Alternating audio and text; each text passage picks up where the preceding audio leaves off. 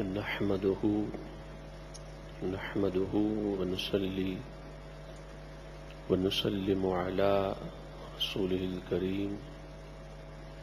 أما بعد فأعوذ بالله من الشيطان الرجيم بسم الله الرحمن الرحيم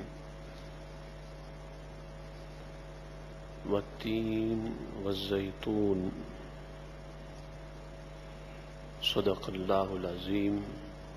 وبلغنا رسوله النبي الكريم الأمين المكين المجيد الرؤوف الرحيم. حمد و ثنا کے بعد جیسا کہ معلوم ہے کہ تفسیر سورہ والتین والزیتون کے عنوان اور موضوع سے ہمارے سلسلہ وار خطابات اور دروس کا سلسلہ جاری ہے، اور آج اس سلسلے کا دوسرا خطاب ہے۔ پچھلے جمعۃ المبارک کو ہم نے آپ کے سامنے تین اور زیتون کے مختلف معانی، اس کے مختلف مطالب، معارف اور مفاہیم بیان کیے، اور انشاءاللہ اللہ کی توفیق سے اور اللہ کے احسان سے آج کا خطاب جمعہ بھی تین اور زیتون کے مختلف معانی اور مطالب کے حوالے سے ہے، لیکن اصل خطاب اور موضوع سے پہلے دو باتیں ذہن نشین فرما لیں۔ نمبر ایک یہ کہ اللہ تعالی مالک و مختار ہے، وہ اپنی مخلوق میں سے جس کی چاہے قسم اٹھا سکتا ہے، چاہے وہ اپنی قسم اٹھائے، چاہے وہ اپنے مخلوق میں سے کسی اور کی قسم اٹھائے۔ قرآن کریم فرقان حمید میں مختلف مقامات پر اللہ پاک نے کبھی اپنی قسم اٹھائی اور کبھی اپنے مخلوق کی قسم اٹھائی۔ اور نمبر دو یہ کہ مخلوق صرف اور صرف اللہ کی قسم کھائے، اللہ کی ذات کی یا پھر اللہ کے صفات کی۔ مخلوق یعنی کسی انسان کے لیے یا کسی جن کے لیے یا کسی اور مخلوق کے لیے، کسی اور موجود کے لیے یہ ناجائز ہے کہ وہ اپنی جیسی کسی مخلوق کی یعنی انسان کی یا جنات کی یا پھر ملائک کی یا اس کے علاوہ اور موجودات و مخلوقات کی قسم اٹھائے۔ ہمیں اللہ کے رسول صلی اللہ علیہ وسلم نے یہ بتایا کہ ہمیں چاہیے کہ ہم صرف اور صرف اللہ کی قسم اٹھائیں، اللہ کے ذات کی قسم یا پھر اس کی صفات کی قسم کھائیں، اپنے ماں باپ کی قسم یا پھر کسی اور کی قسم، یہ منع ہے، ناجائز ہے۔ حضور علیہ السلام نے فرمایا فمن کان حالفا فلیحلف باللہ او لیصمت، کہ اگر کسی کو قسم اٹھانی ہی ہو تو اسے چاہیے کہ وہ اللہ کی قسم کھائے یا پھر خاموش ہو جائے۔ کبھی اگر ایسا ہو جائے کہ قسم کی حاجت ہو اور قسم اٹھانی پڑے تو صرف اور صرف اللہ کی قسم اٹھائی جائے، اللہ کے سوا کسی اور کی قسم اٹھانے سے زبان کو روکنا چاہیے، اور اس غیر اللہ کی قسم کے دوران زبان بند ہونی چاہیے۔ پھر اللہ پاک جب بھی قسم اٹھاتا ہے اپنے مخلوق کی تو اس کا کوئی نہ کوئی ریزن ہوتا ہے، سبب ہوتا ہے۔ الحم سے لے کر والناس تک پورے قرآن میں جہاں جہاں اللہ پاک نے قسم اٹھائی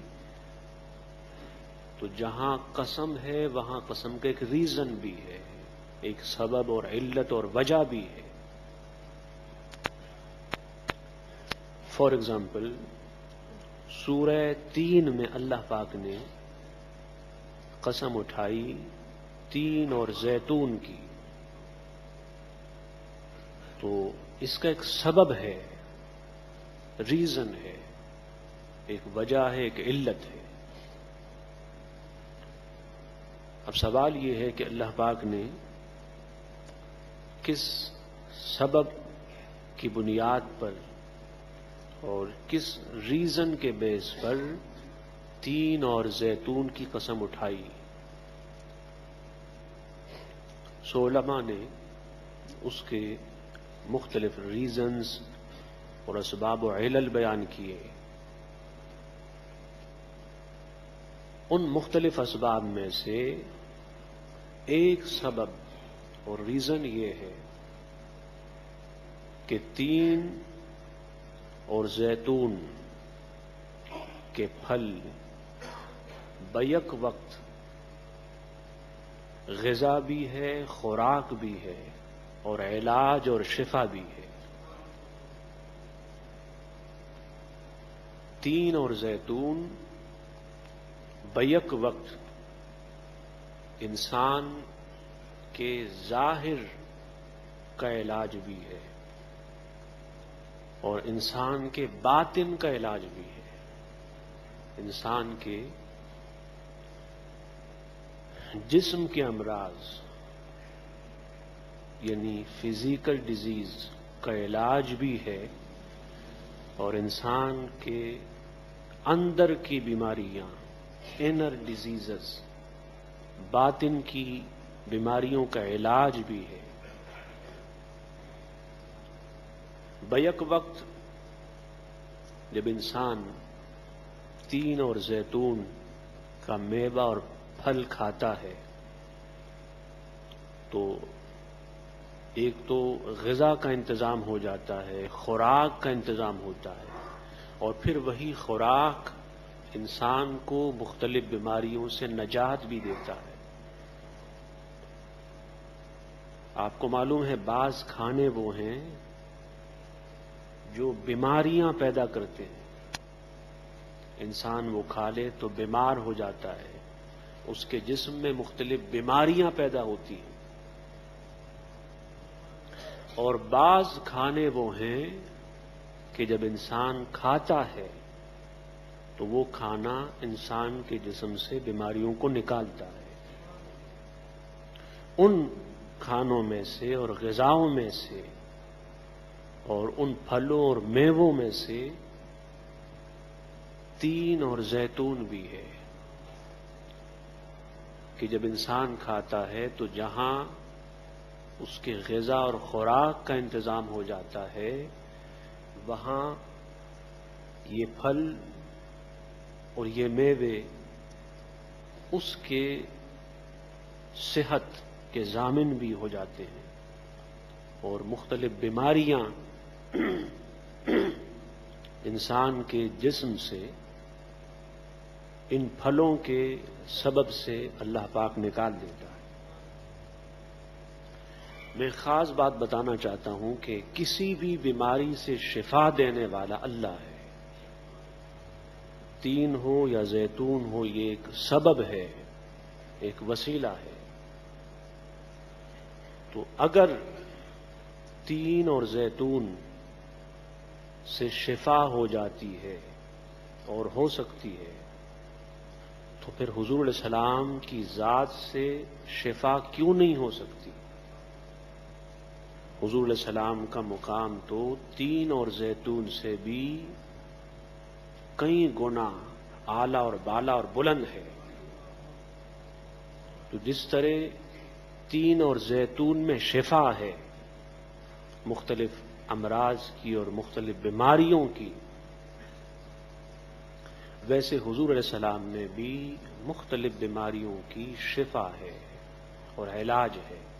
چاہے وہ اجسام کی بیماریاں ہوں، چاہے وہ ارواح کی بیماریاں ہوں، یا دل کی بیماریاں ہوں، یا نفس کی بیماریاں ہوں، یا انسان کے باطن اور اندر کی بیماریاں ہوں۔ اور یہ وہ مبارک پھل ہے کہ جس کو اللہ کے رسول صلی اللہ علیہ وسلم نے خود بھی کھایا اور صحابہ کو بھی کھلایا، اور حضور علیہ السلام نے خود تین اور زیتون کے درخت کو ٹائٹل دیا شجرہ مبارکہ، اللہ پاک نے بھی دیا ہے، دا ہولی ٹری، مبارک درخت۔ چاہے وہ درخت تین کا ہو یا زیتون کا ہو، یہ مبارک درخت ہے اور یہ مبارک پھل ہے۔ حدیث میں آتا ہے کہ اہدی للنبی صلی اللہ علیہ وسلم طبق من تین فأکل من وقال لأصحابہ کلوا لو قلت ان فاکہۃ نزلت من الجنہ لقلت ہذہ لأن فاکہۃ الجنہ بلا عجم فإنها تقطع البواسیر، کہ حضور علیہ السلام کی بارگاہ میں، حضور کی خدمت میں تین کا ایک گچھا پیش کیا گیا، ایک تین انجیر کا ایک برتن پیش کیا گیا، آپ کو ہدیہ کیا گیا، گفٹ کیا گیا، تو آپ نے اس میں سے خود بھی کھایا اور صحابہ سے بھی فرمایا کہ کھاؤ۔ پھر آپ نے فرمایا کہ اگر میں یہ کہتا کہ کوئی پھل جنت سے اترا ہے اور جنت سے آیا ہے تو میں یہ کہتا اور بتاتا کہ انجیر کا اور تین کا پھل جنت سے آیا ہے، کیونکہ جنت کے پھل بھی بغیر گٹھلی اور دانے کے ہوتے ہیں اور یہ بھی بغیر گٹھلی اور دانے کے ہیں، اور فرمایا کہ اس سے مختلف بیماریاں دور ہوتی ہیں۔ بواسیر کی بیماری کا علاج، سب سے عمدہ علاج انجیر اور تین ہے۔ تو میں بتا یہ رہا تھا کہ یہ وہ مبارک درخت ہے اور مبارک پھل ہے جس کا تعلق جنت کے پھلوں سے ہے، یا یہ کہ جنت کے میووں کا، وہاں کے پھلوں کا فیضان اور اس کا ایک نمونہ دنیا میں وہ تین اور زیتون کے پھل ہیں۔ اس طرح حدیث میں ہے کہ مر معاذ بن جبل بشجرۃ الزیتون سیدنا معاذ بن جبل رضی اللہ تعالیٰ عنہ کا گزر زیتون کے درخت کے پاس سے ہوا، فأخذ منها قدیبا واستاک به، آپ نے زیتون کے درخت میں سے ایک لکڑی کو کاٹا اور اس سے مسواک کیا اور فرمایا سمعت رسول اللہ صلی اللہ علیہ وسلم یقول نعم الزیتون شجر المبارکہ یطیب الفم ویذهب بالحفرہ۔ مسواک کے بعد فرمایا کہ میں نے اللہ کے رسول صلی اللہ علیہ وسلم کو فرماتے سنا کہ اللہ کے رسول صلی اللہ علیہ وسلم نے فرمایا کہ زیتون کا درخت کیا خوب ہے، مبارک درخت ہے، اور فرمایا کہ یہ درخت اور اس درخت کی لکڑی کا مسواک وہ منہ کو پاک و صاف بناتا ہے اور دانتوں کی جو زردی ہے، پیلا رنگ، اسے ہٹاتا ہے۔ اس طرح ایک اور روایت میں حضرت معاذ بن جبل رضی اللہ تعالیٰ عنہ کا گزر زیتون کے درخت کے پاس سے ہوا اور آپ نے وہاں ٹھہر کر اس کی لکڑی کو کاٹا، اس سے مسواک بنا کر مسواک کیا اور فرمایا کہ سمعت رسول اللہ صلی اللہ علیہ وسلم یقول ہی سواکی و سواک الانبیاء من قبلی، کہ حضور نے فرمایا صلی اللہ علیہ وسلم کہ یہ میرا مسواک ہے اور مجھ سے جو پہلے انبیاء ہوئے ان کا مسواک ہے۔ یہاں سے بعض عرفاء نے اور صلحاء حنفاء اور اولیاء نے یہ نقطہ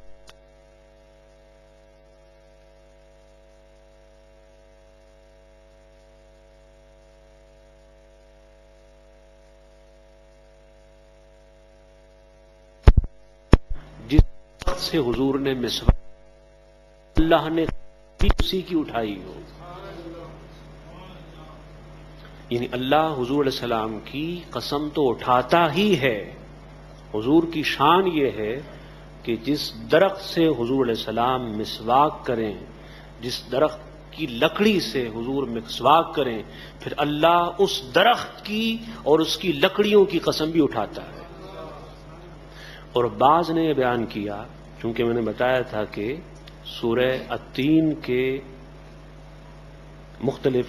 موضوعات اور عنوانات کا تعلق معراج سے بھی ہے، کنایات اور اشارات ہیں اس میں۔ بعض نے یہ بیان کیا ممکن ہے کہ حضور علیہ السلام جب معراج کی رات اللہ سے ملاقات کے لیے روانہ ہوئے، اللہ کے دیدار کے لیے چلے، تو ممکن ہے کہ اس سے پہلے حضور علیہ السلام نے زیتون کے درخت اور زیتون کی لکڑی کا مسواک کیا ہو، اور اللہ پاک نے وہ قسم جو یہاں بیان کی وہ اس لیے بیان کی کہ یہ وہ درخت ہے جس حضور علیہ السلام جس کی لکڑیوں کا مسواک فرماتے۔ تو اب جس درخت سے حضور نے مسواک کیا وہ اللہ کو پیارا ہو جائے تو پھر خود مسواک کرنے والا کتنا پیارا اور محبوب ہوگا۔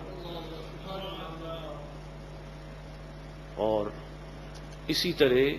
حضرت سیدنا عبداللہ بن عباس رضی اللہ تعالیٰ عنہ کی روایت ہے، انہوں نے بیان کیا کہ التین الذی تأکلونہ یا تأکلون من والزیتون الذی تعصرون منہ الزیت، کہ تین یعنی انجیر وہ پھل ہے جو تم لوگ کھاتے ہو، اور زیتون وہ ہے جس سے تم تیل نکالتے ہو۔ عموماً زیتون کا تیل استعمال ہوتا ہے، اور میں نے جیسے بتایا کہ تمام بیماریوں کے لیے مفید ہے، نفع بخش ہے، یہاں تک کہ کینسر جیسے مہلک امراض سے بھی اللہ پاک اس زیتون کے تیل اور پھل کی برکت سے نجات دیتا ہے،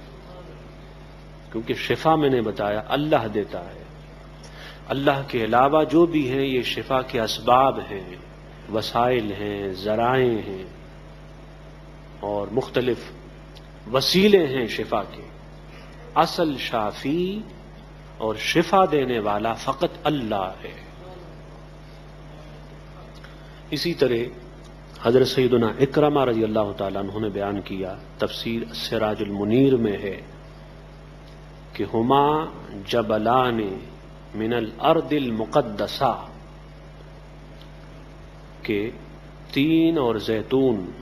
یہ ارض مقدس یعنی فلسطین کی سرزمین کے دو پہاڑ ہیں۔ جیسے میں نے پچھلے خطاب جمعہ میں مختلف معنی اور مطالب بیان کیے تھے،